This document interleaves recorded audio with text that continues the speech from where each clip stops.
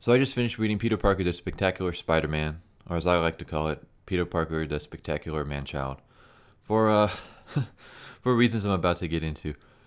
So anyone who's seen the Spider-Man 2 video that I did will know that I briefly mentioned the series and I didn't really say anything good about it. So you may be wondering, why the hell am I reading the second issue if the first issue sucked? Well, the reason is because I have this thing called the Rule of Three. And it's not the writing rule of three, which, for those of you who don't know, basically means that if you introduce like a character or a segment or like a running gag, if you introduce them three times, it makes it more like humorous and satisfying. This is a really good rule. So anyone who like writes should apply it to their work. But my rule of three is basically I will give any new TV series, any new manga or comic books, I will give them 3 episodes or 3 issues to hook me in. And the reason I do that is because usually the first episode is just setting the groundwork, the foundation for what the overall like theme or premise is going to be. So you don't really get too much other than a basic setup and maybe some character introductions.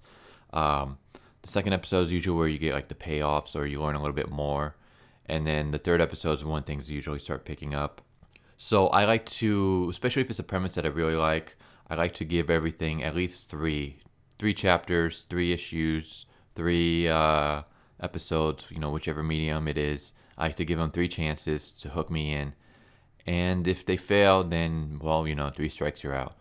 So, Peter Parker and a Spectacular Spider-Man issue 2, strike 2. So we start off with, I don't even know what I want to call this. It's almost like the little like introduction to the story about like what happened previously, but not even. It's more like Chip Zdarsky trying to be funny, but he's not. Like, all right, here we go. While saving a woman from a robbery, Spidey came across Ant-Man, whose gear was on the fritz, leaving him stuck at half size. It was hilarious. No, actually, it really wasn't. Oh yeah, Ant-Man. Not most helpful of the hyphenated heroes. Okay. Yeah, he might not be the brightest, but you know who is? The Mason. Like the Freemasons? Oh, God. I mean, we are just like 2 cents in and we're already going downhill. But here's the one that really stuck out to me. That's not all. While meeting Mason, Spidey got some intel on a hacked Stark phone and that led him to the doorstep of Ironheart's. Awesome! I love Riri Williams. She's very cool. This reminds me of this running joke that Comics and Diversity does, where everyone was just like, "Oh my God, I love so and so. Oh my God, I love Lockjaw. Oh my God, I love Riri Williams." Like, and it's another thing I've noticed where every single Marvel diverse character or female character has to constantly be like congratulated and told how awesome they are, and everybody loves them and everybody fawns all over them and like, oh my God, you're the smartest person in the world, you're so cool, you're so badass. Almost like Marvel is like trying to convince us that these characters really are still awesome and stuff. And it's like, no, you don't tell your audience that. You show them being awesome. Like, the whole show don't tell. But it's just, this is the thing that just bothers me about SJW Marvel. It's just every female, every diverse character, basically every character that's not a white male, has to always be told how cool they are. And they have like no faults whatsoever. Like they can do no wrong. And it really infantilizes them. Like, the best thing about a hero is when they struggle, is watching them fail and then overcoming that failure and rising up and, jumping over like all the obstacles that stopped them before. I mean, the whole hero, it's a hero's journey. It's been in storytelling since ancient times. But Marvel doesn't seem to realize that. It's like none of these characters have any issues whatsoever that requires them to like make changes or improve themselves in any way. Let's just keep going because I'm gonna rant on this for so long. But wait, it gets better. The girl Spidey saved from those robbers, she gave him her number. How's that for cool? Honestly, I'm just happy that there are girls in this comic. Well, I'm about to triple down on the feminism. Because Teresa Parker is also in this comic. Who? You better start reading to find out. I'm about to triple down on the feminism. Yeah, because that's who reads your comic books, a bunch of feminists. That's why your sales are tanking. Stop trying to virtue signal and just write better stories. I have no problem with female characters. I have no problem with making female characters the main characters or making them badass. Femme fatales. I got no problem with that whatsoever, as long as it's a good and well written character. But just making a character female for the sake of virtue signaling is not good. And oh my god, I don't know if I want to continue doing Marvel comics, because I have a feeling it's gonna put my channel into this whole other direction that I don't want it to go. Like, I don't really want to talk about gender politics or politics in general. I just want to have fun. This is just supposed to be like entertainment, manga, comics, video games, that kind of stuff.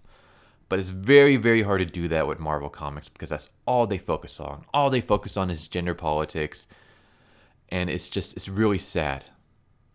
It's almost like they completely ignore the fact that they've had amazing female characters in the past. So anyways, we start off in Chicago, Illinois, where Spider-Man is talking to Ironheart's Riri Williams. He pulls out a notebook.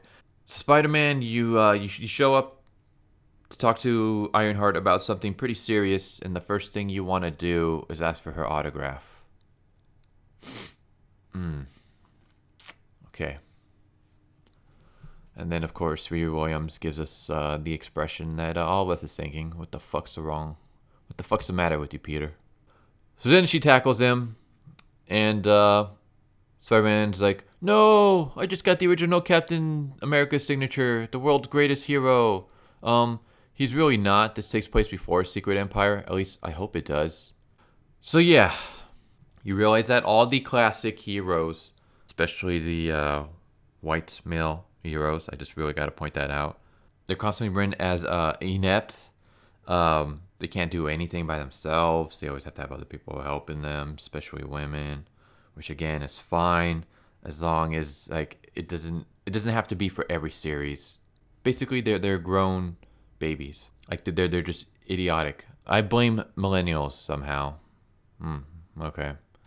So then Spider-Man shoots her web, pulls it down so that they crash. So then Tony Stark's, I guess, AI pops out from her chest and says, no one screws things up quite like Spider-Man. Really? So that's what Spider-Man has become? He's just a screwball messing everything up? I mean, this isn't, the guy who took on Venom and Carnage and Kingpin and all those other characters, no. And then, of course, Peter Parker, he's got a joke. So he's like, this R2 unit has a secret message. Or has a worse sense of humor. Yeah. I'm glad you pointed that out, Chip, because it's true. You do have a poor sense of humor.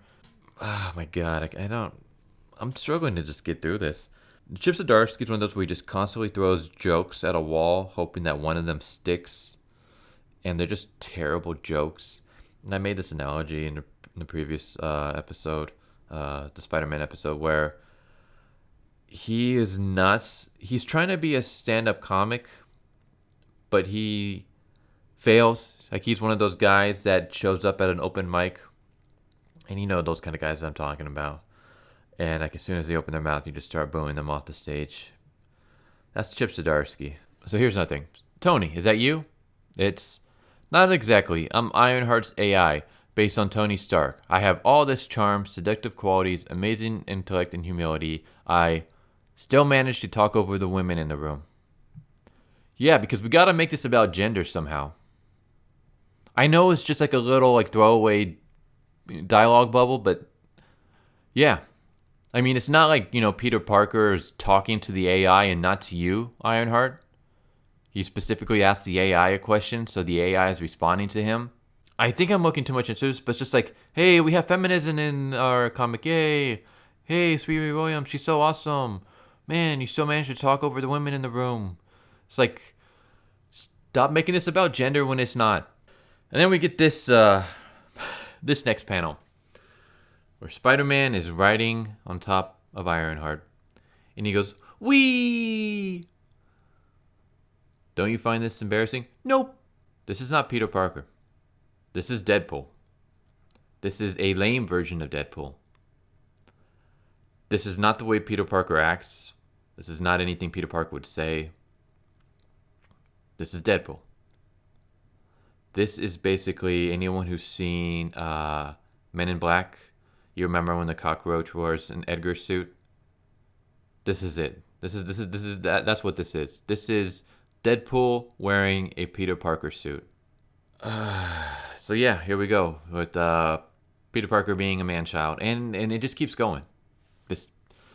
This is the ride that never ends. So we go to Peter Parker's apartment where we have some woman there, and we later find out that it's Teresa, Peter Parker's sister, which I don't remember him having a sister.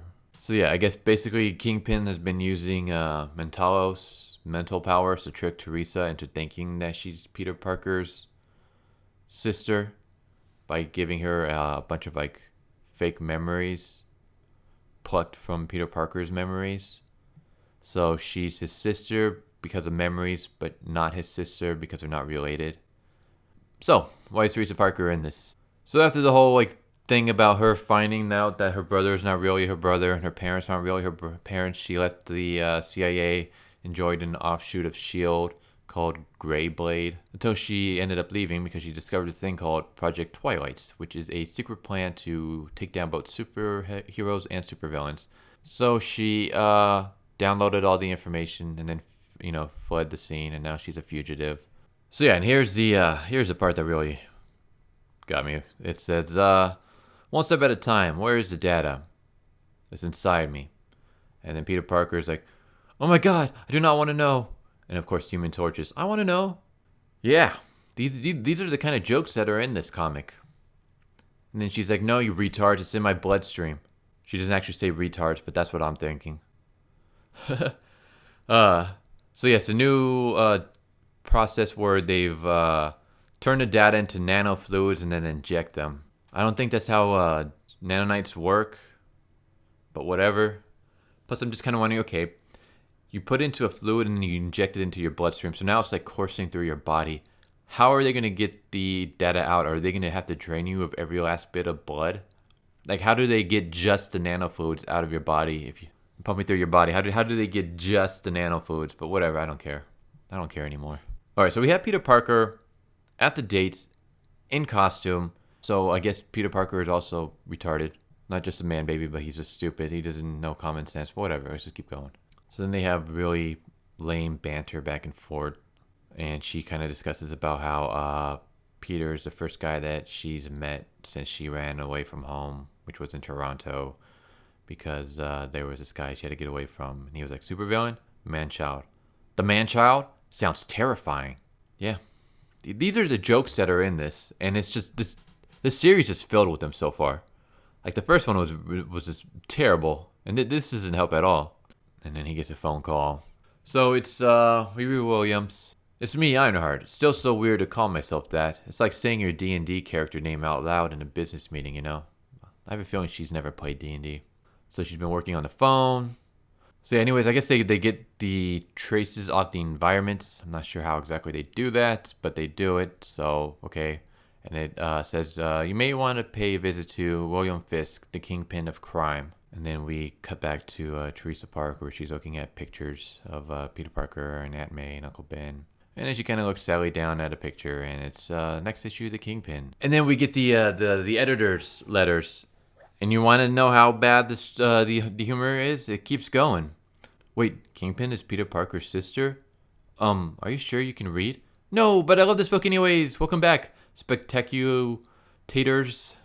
Spectaculators. That's it. That's the Spectacular Spider-Man. Peter Parker, the Spectacular Spider-Man. Or as I like to call it, Peter Parker, the Spectacular Man-Child. It's so terrible. The humor is absolute garbage. Like it falls flat. It's not funny. The dialogue is obnoxious and just cringe-inducing. You got Spider-Man acting like fucking Deadpool.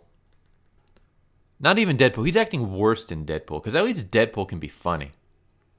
Except for lately. Lately, Deadpool's just been terrible. But Deadpool can be funny. This is just not funny in any way whatsoever. This is just all kinds of bad. I don't know why I read this. I'm almost thinking of just giving up my rule of 3 for this issue, but I'll do it anyways. I've gotten to the point where I seriously don't want to read any more Marvel comics because they're terrible. Thanks for watching. I don't know, what do you guys think? Anyone out there actually like this series? Is there anything from Marvel that's actually worth reading? Anything that you suggest I should read? Anything you guys would like to see me review? I'm going to be doing another video most likely on Friday. And then I have another series that I just recently picked up that I actually enjoy a lot. So I'll probably post like that video up sometime next week. So yeah, hope you guys enjoyed, and I'll catch you guys all next time. Later. Oh, here's another joke I forgot on the very first panel. So, I realize you're an Ironheart, the Iron Man, who is not Doctor Doom, thank God. And then at the very bottom it says, this is no joke. Check out Infamous Iron Man, unless it eats into your Peter Parker the Spectacular Spider-Man budget. This is a thing that I've noticed Chip does in like almost every page. He adds in like fourth wall breaking humor. But I don't even want to say humor because it's not funny in any way. Chip Zdarsky is terrible. He's not funny. His dialogue sucks. His jokes suck. The storytelling sucks. Everything about him sucks. This whole issue sucks. This whole series sucks. And I'm done talking about it.